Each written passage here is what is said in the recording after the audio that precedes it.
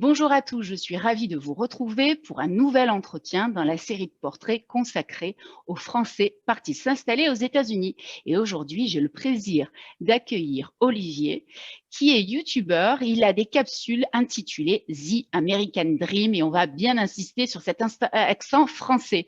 Bonjour Olivier, comment vas-tu? Howdy folks, salut Kate. Ça va très très bien. Je suis en direct du Texas, donc merci Kate de prendre le temps de réaliser ce petit entretien.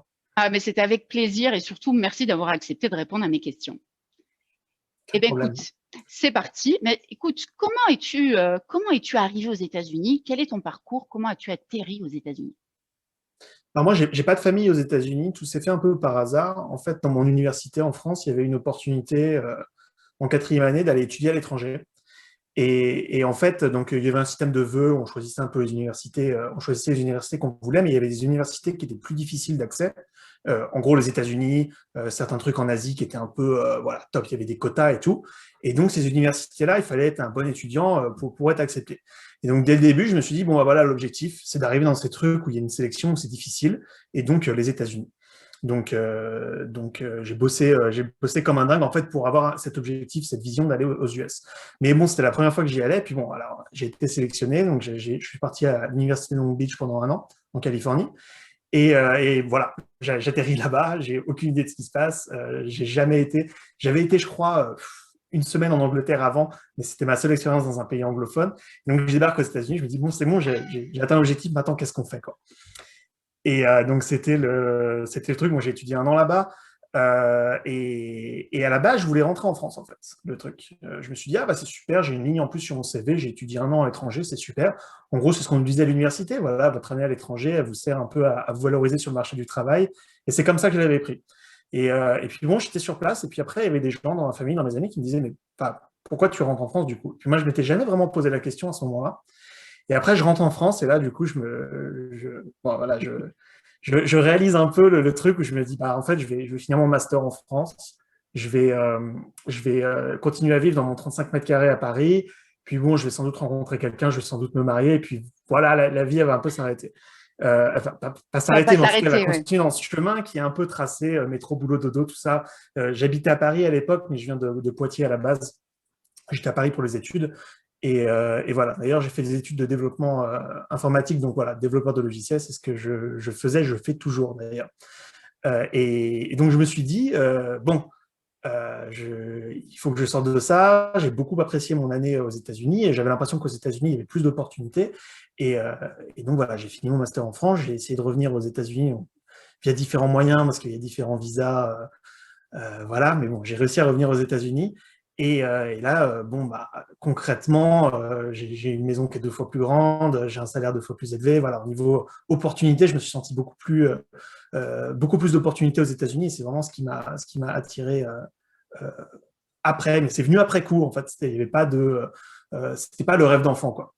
C'est Ah qu'il y a voilà, des gens c'était qui ma me disent, question. Ouais, c'était ma question. Est-ce que ouais, c'était un rêve d'enfant? J'allais te poser cette question. Est-ce que c'était un rêve d'enfant de venir non, s'installer aux États-Unis? C'est quelque chose qui s'est construit non, avec non, les études, en fait. c'est ça, en fait, à la base, une opportunité qui s'est traduite par bah, une appréciation grande pour le pays, voilà, que j'ai découvert finalement après m'y être installé par opportunité scolaire au début. Et ensuite, ça s'est traduit par voilà, opportunités professionnelles qui font que maintenant j'ai ma vie ici. Ça fait 5 ans d'ailleurs que je suis aux États-Unis. Donc, un an d'études et ensuite j'ai passé 4 ans, donc principalement à Denver. Et là, on a déménagé avec ma fiancée le mois dernier, enfin, vraiment il y a 2 semaines, et on est dans le Texas maintenant, au Texas. Et les difficultés que tu as rencontrées lorsque tu es revenu, déjà, est-ce que ton niveau d'anglais était bon quand tu es arrivé la première fois? Et puis après, quelles sont Ouais. les difficultés auxquelles tu as été confronté lorsque tu es revenu et vraiment pour y travailler? Qu'est-ce que tu dirais? Bon, j'imagine le visa et tout ça, mais tu vas nous en Ouais, parler. ça, ce sont des Il y a une difficultés. Ouais. capsule d'ailleurs hein, sur Ouais, je vous l'installation. invite à Oui, aller la regarder. oui, Déjà, donc c'est sur la chaîne The American Dream et il y a une vidéo qui s'appelle Comment venir vivre aux États-Unis, où je vous donne des pistes de visa parce que bien entendu tous les profils vont être un peu différents. Mais si comme moi vous avez moins de 30 ans et vous êtes tout juste sorti d'études et vous vous demandez comment peut-être même pas y vivre, mais juste faire un stage aux États-Unis, je donne des pistes dans la vidéo pour explorer toutes ces options-là. super. Mais ouais, les difficultés, moi j'avais un bon niveau scolaire en anglais qui s'est pris une claque monumentale dès que j'ai atterri. j'avais l'impression que personne ne me comprenait, que je devais faire répéter les gens 3 fois pour comprendre. En fait, j'ai pris une claque directe parce que bon, c'est bon d'être en bon en anglais académique, d'aller faire des lesson 1, unit 5, voilà, à la cassette. Mais bon, j'ai atterri à Los Angeles et je me suis dit, waouh, comment je vais faire? Alors, j'arrive là-bas. Donc, j'ai eu la chance d'avoir l'université autour, mais je suis arrivé, je crois, 2, 3 semaines avant le début des cours. Il fallait que je trouve un appart et tout ça. Puis, je m'étais mis en challenge. Alors, ça, c'est un truc que je recommande pour tous les Français. Parce que, bien entendu, je n'étais pas le seul de ma promo français à aller dans cette université. On allait tous commencer en même temps. On était une petite quarantaine, je crois. Et je m'étais dit, je ne vais pas utiliser le réseau de français. En tout cas, je vais leur parler parce que c'est cool de parler avec ses camarades de classe, mais je vais essayer de ne pas bénéficier de leur aide, l'aide du groupe. Je vais me débrouiller moi-même. Je vais trouver mon colloque tout seul dans les petites annonces. Je vais aller faire les visites. Je vais aller parler du bail, faire des trucs comme ça et me débrouiller tout seul. Donc bon, il faut se forcer. De toute façon, vous avez le choix dans le sens où vous pouvez aller demander l'aide aux autres, mais vous avez aussi l'option d'aller vous débrouiller tout seul et c'est vraiment ce que je recommande aux Français, c'est ce que j'ai fait et j'ai l'impression que voilà, ça m'a grandi beaucoup. Et après, l'anglais vient naturellement. Bon, au bout de 3 mois, j'étais beaucoup plus à l'aise déjà avec la langue, j'avais aucun problème. Et puis ensuite, bien sûr, avec le temps, au bout de 3 mois, vous êtes à l'aise pour aller acheter des trucs, parler dans des détails je sais pas, d'un vélo que vous voulez acheter, par exemple. Ensuite, il faut attendre quelques années pour être bien à l'aise par les géopolitiques et tout ça. Ça, c'est quelque chose qui vient avec le temps. Mais ouais, au début, l'anglais difficile, même si vous êtes un boss en anglais, si vous avez jamais vécu à l'étranger, je pense que vous allez avoir petite claque comme moi au début, mais bon. Mais 3 mois, tu dis, c'est ce qu'on dit en général, hein, qu'il faut 3 mois d'adaptation Ouais, pour c'est que la ce que langue, j'ai un quand peu on a des mesuré, parce que je bases, suis arrivé en octobre. quand on a des bases quand même, C'est parce ça, que si on arrive sans rien bien du sûr. tout, c'est beaucoup plus long. Mais 3 mois avec des bases, ça devrait être bon. Mais c'est surtout essayer de sortir des cercles français, quoi. Parce que moi, après, j'avais des gens à la fin des 2 semestres, donc à la fin de l'année scolaire, ils s'étaient pas améliorés plus que ça en anglais, quoi. Parce qu'en fait, il y avait des résidences où il y avait un groupe de Français qui s'étaient remis, ils avaient loué les 3 apparts, les trois meublés, là, pareil, alignés sur la rue, et ils étaient juste entre eux, et finalement, ils faisaient de l'anglais à l'école vite fait, et voilà, quoi. Ouais, ça sert à rien. Finalement, il vaut mieux fuir. Dommage, ouais. Alors, quand on est à l'étranger, il y a cette envie de se regrouper avec des gens de son pays, mais pour que ce soit plus efficace, effectivement, il faut se mêler à la population autochtone, je dirais. C'est très important. Ouais, c'est ça, complètement. Ouais. Et donc, parmi les difficultés que tu as rencontrées, donc bien sûr, il y a eu la langue, cette adaptation. Après, qu'est-ce qu'il y a eu d'autre? Est-ce qu'il y a eu un choc de culture? Non, pas pour moi en tout cas. Vraiment. Alors après, je suis arrivé en Californie où ils ont un peu cette ambiance à l'européenne, des terrasses, des magasins où ils essaient d'être un peu chic, tout ça. Mais même, je pense que même si j'avais été dans l'Amérique rurale, j'aurais pas été dépaysé parce que finalement, ça ressemble à ce que je connais de la campagne française. C'était pas, voilà, j'ai pas été très dépaysé. Je pense que j'ai des camarades de la même université qui, eux, sont allés en Asie, par exemple, on raconte des trucs incroyables. Voilà, aux États-Unis, j'ai pas été trop dépaysé, non. Donc, ta vision que tu avais d'adolescent, admettons, et ta vision lorsque tu es arrivé, ça n'a pas été un grand choc. Ça a confirmé ce que tu pensais ou il y a des choses vraiment qui t'ont étonné? Non, après, il y a des choses qui m'ont un peu émerveillé. Je ne m'attendais pas à avoir autant de beauté dans les paysages quand on sort des villes. Vraiment, tout ce que vous voyez du Grand Canyon, des formations rocheuses de l'Utah, ce genre de choses, ça m'a complètement bluffé.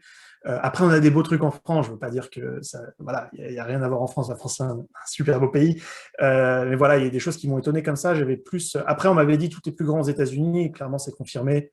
Voilà, je suis arrivé, on sort de Los Angeles, directement, il y a une autoroute avec 8 voies dans chaque sens. Voilà. Des mesures totales. Donc, bien sûr, ça a été confirmé. Après, non, vraiment pas énormément de surprises. Si, un peu de découvrir les Américains, parce que j'avais cette vision que les Américains étaient très extrêmes. Et alors, du coup, je ne sais pas si c'est moi qui ai changé ou si c'est, du coup, je me suis habitué à voir cet extrême à l'américaine, des gros pick-up, ce genre de choses.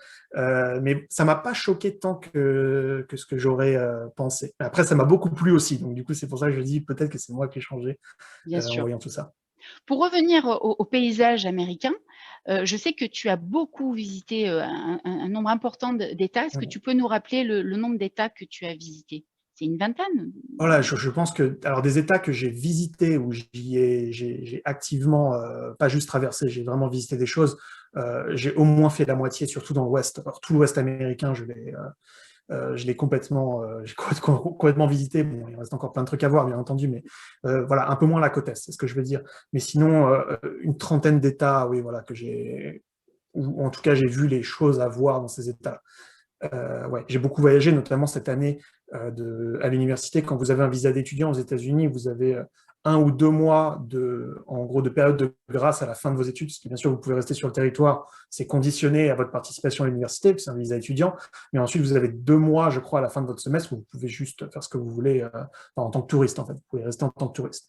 Et là, directement, j'ai pris ma voiture, en fait, je suis parti de Los Angeles, je suis allé à New York en m'arrêtant le plus possible, en dormant chez l'habitant et tout ça, donc ça, c'était vraiment le voyage où j'ai le plus exploré tout seul. En fait, ma voiture, c'était une sale voiture des années 1997. Et elle roulait, elle avançait. Je me suis dit, bon, bah, c'est pas grave si elle casse. De toute façon, je dois rentrer en France. Donc, je la mets dans une casse et puis je prends l'avion pour Paris et c'est pas grave, quoi. En fait, bon, bah, j'ai pas eu trop de problèmes avec la voiture. J'ai réussi à faire le tour, mais ouais, j'ai fait tout un tour Los Angeles, New York et ensuite le retour. Donc, en faisant une grosse boucle autour des États-Unis. 13 000 km, ouais, j'ai vu beaucoup de choses. Et puis ensuite, j'ai voyagé beaucoup et c'est ce que je recommande à tout le monde de faire. Si vous êtes étudiant, vous avez, comme je disais, ces 2 mois d'opportunité après votre semestre. Quand vous êtes en stage aux États-Unis, pareil, vous avez toujours ces périodes de grâce. Si vous faites un VIE, chose que je recommande dans ma vidéo Venir vivre aux États-Unis, vous avez 6 semaines de vacances comme en France, ce qui est assez rare aux États-Unis, vous pouvez vraiment voyager.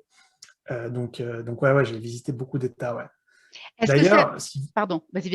ouais, il y a une playlist de vidéos sur ma chaîne YouTube qui s'appelle 50 States of Greatness, où je fais une vidéo par État, où j'explore un peu plus. Il y a des États que, bien entendu, je ne les ai pas tous faits, donc il y a des vidéos que je fais sur des États que je n'ai pas visités.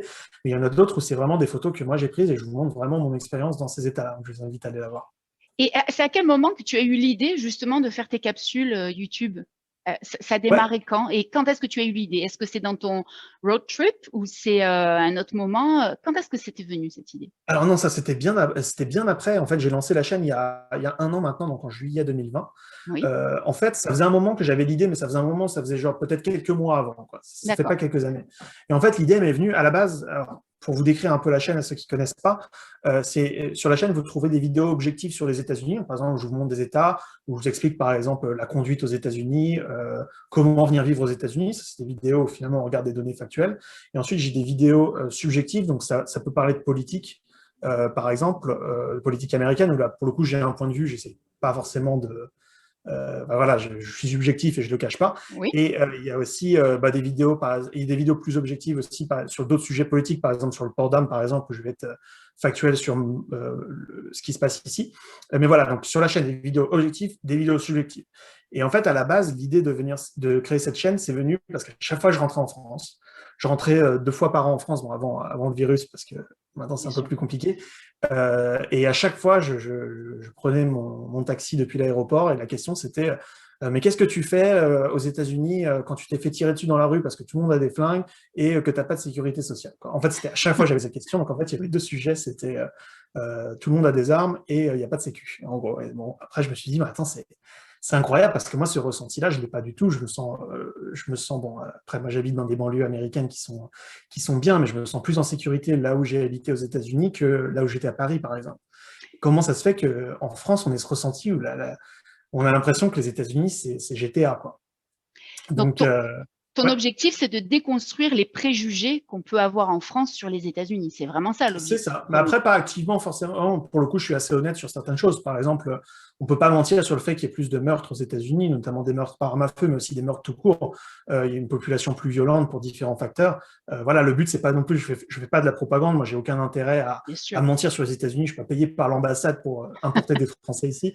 Mais non, non, le but, voilà, c'est voilà, il y a des sujets où j'ai l'impression que en France, on est un peu déconnecté par rapport à la réalité de ce qui se passe, que moi je ressens sur le terrain ici. Donc voilà, le but, c'est aussi de faire partager ça avec les Français. En fait, l'idée, à la base, c'est venu politiquement. Je me suis dit, mais comment ça se fait qu'en France, on ait l'impression que, je ne sais pas, Barack Obama, par exemple, a une image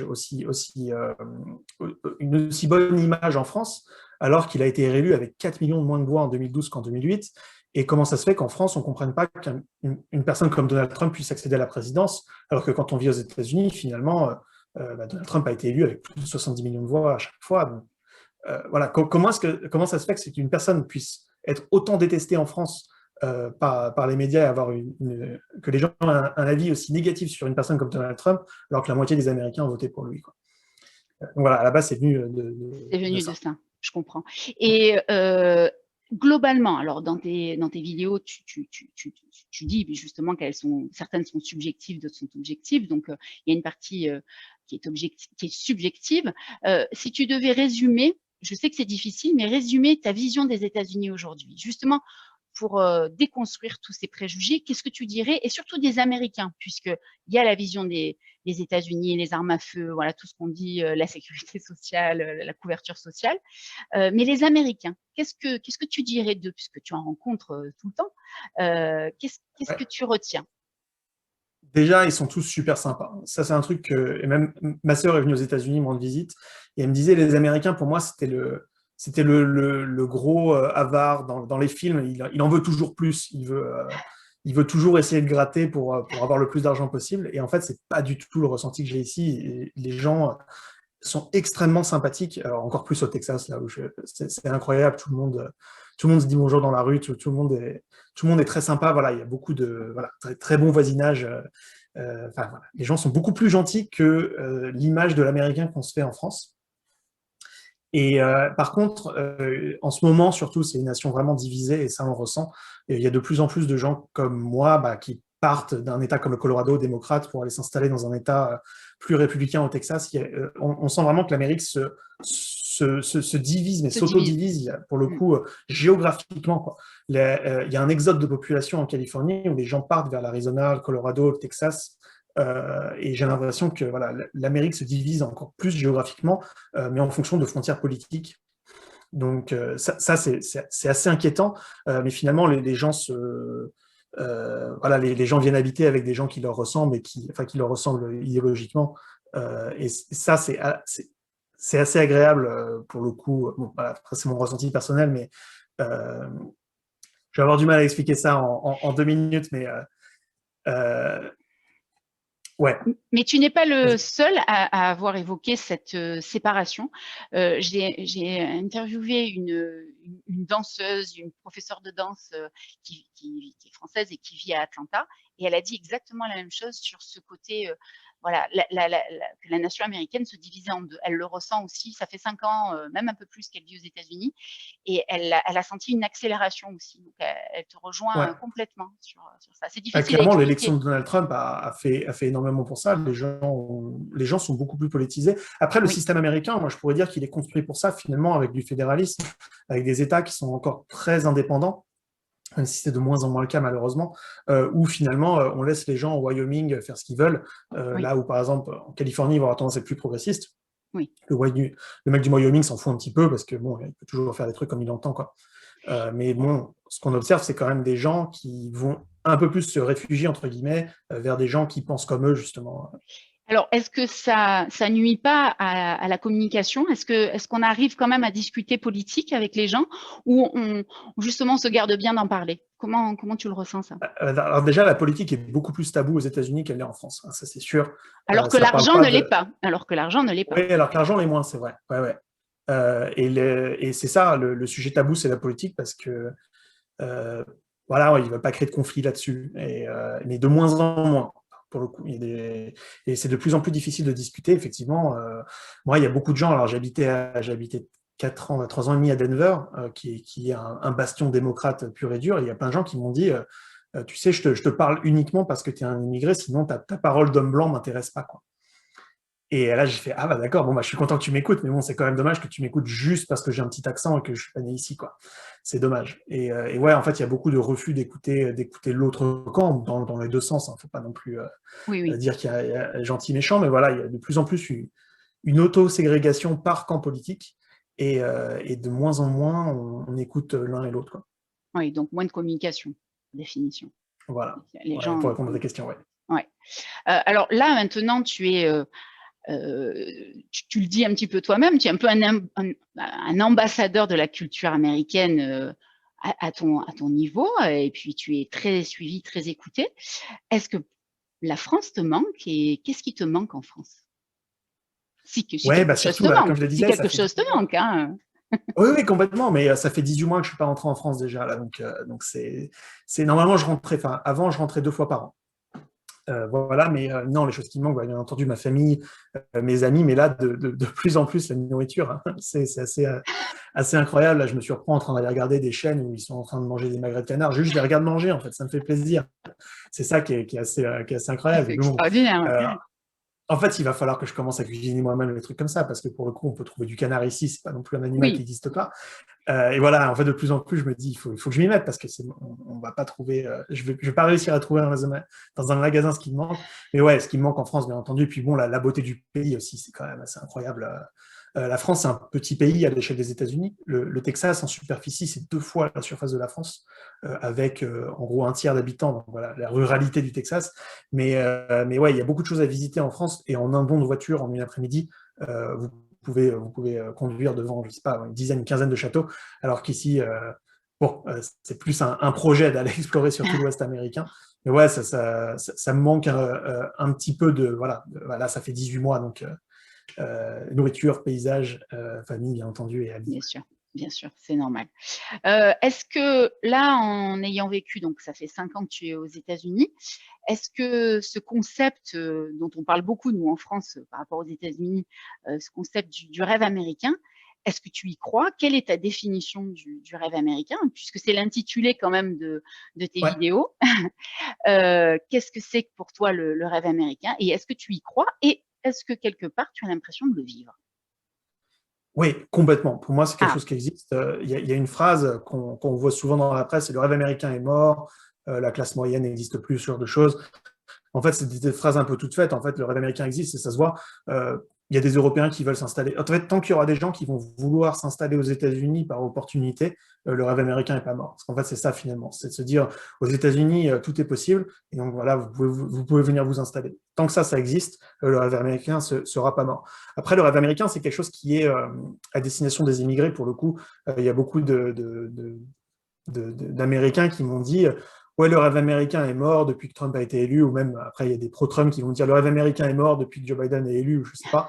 Mais en fait, le rêve américain, il n'est pas pour vous, les gars.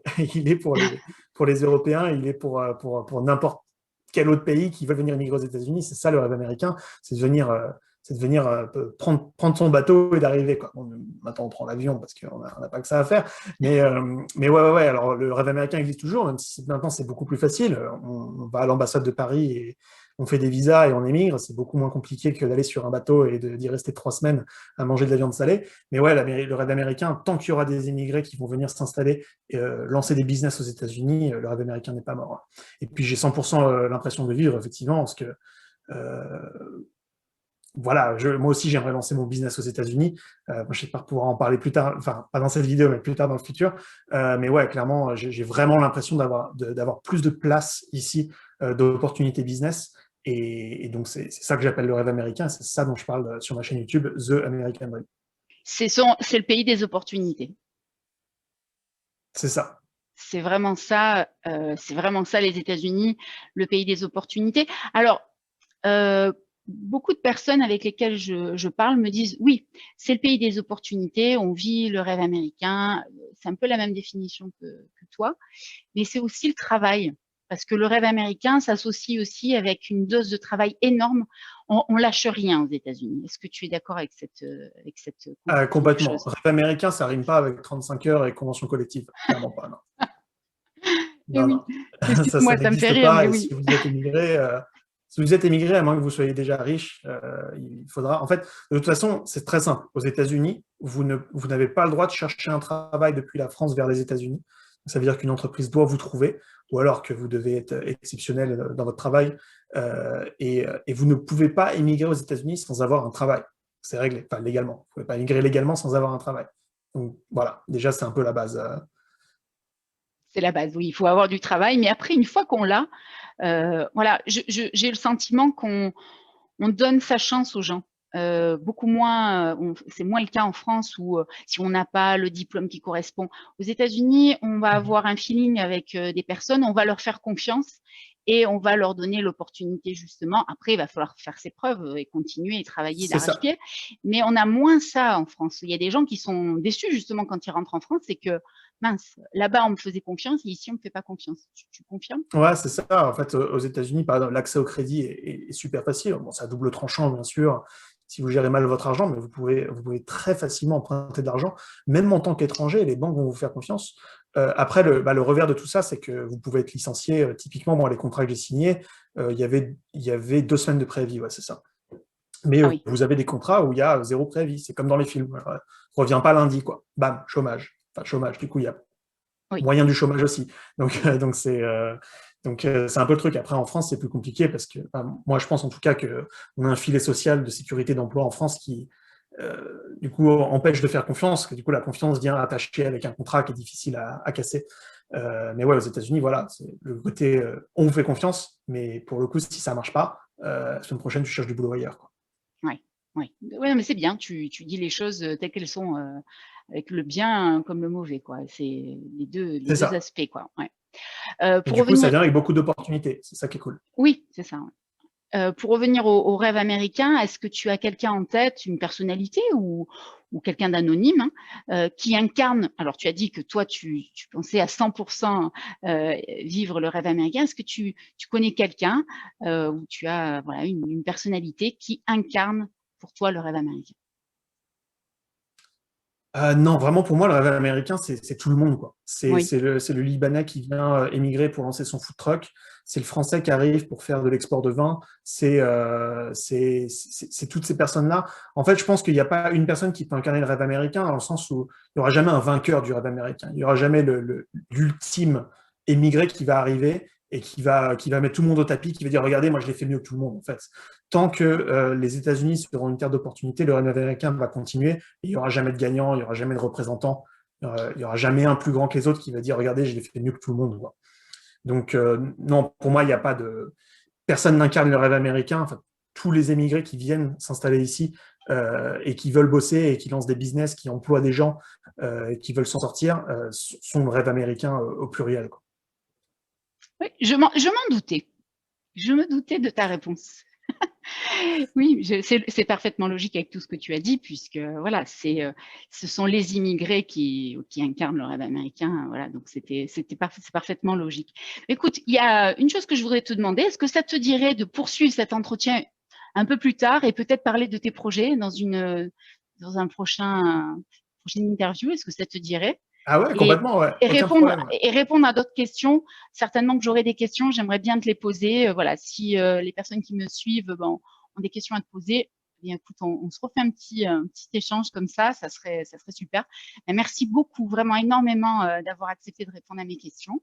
Et puis, on invite tout le monde à te suivre sur tes capsules, tes vidéos The American Dream et Ouais. sur YouTube. Merci beaucoup, Kate. Et puis, ouais, effectivement, The American Dream, alors c'est la chaîne en français où je vous parle des États-Unis. Il y a aussi une chaîne secondaire qui s'appelle Living the Dream. Alors là, c'est en anglais et c'est beaucoup plus intime pour le coup. C'est une chaîne de vlog, clairement, où je vous montre plus mon quotidien de la vie aux États-Unis. Alors, c'est en anglais, mais j'ai une équipe de traducteurs qui bosse avec moi et on fait des sous-titres en français et en anglais. Alors, c'est des sous-titres pro. C'est pas des sous-titres auto-générés par YouTube, Oui. vous savez, où ils confondent les mots. C'est vraiment des sous-titres voilà, que vous pouvez lire qui sont très, très professionnels. Et je vous invite aussi à regarder cette chaîne si vous voulez plus voir vraiment du quotidien. Par exemple, on a déménagé au Texas. C'est vraiment comment est-ce que j'ai fait pour déménager. Vous allez voir, je ne vais pas tout spoiler, mais on a fait le déménagement nous-mêmes. 0 déménageur, on a acheté notre pick-up, notre grosse remorque et on est parti quoi. En mode pionnier à l'américaine sur des routes déjà pavées. Mais bon, voilà, je vous encourage à aller regarder ça. Et mettez un like à cette vidéo et n'hésitez pas à la partager autour de vous parce que, comme disait Kate, on pourra en faire plus. Ah ouais, ouais, je serais ravie de te recevoir entre guillemets à Ouais. distance à nouveau et voilà et te soumettre les questions qu'on m'aura posées. Merci encore, merci à vous de nous avoir suivis, puis à la prochaine pour un nouvel entretien. Bye. Bye.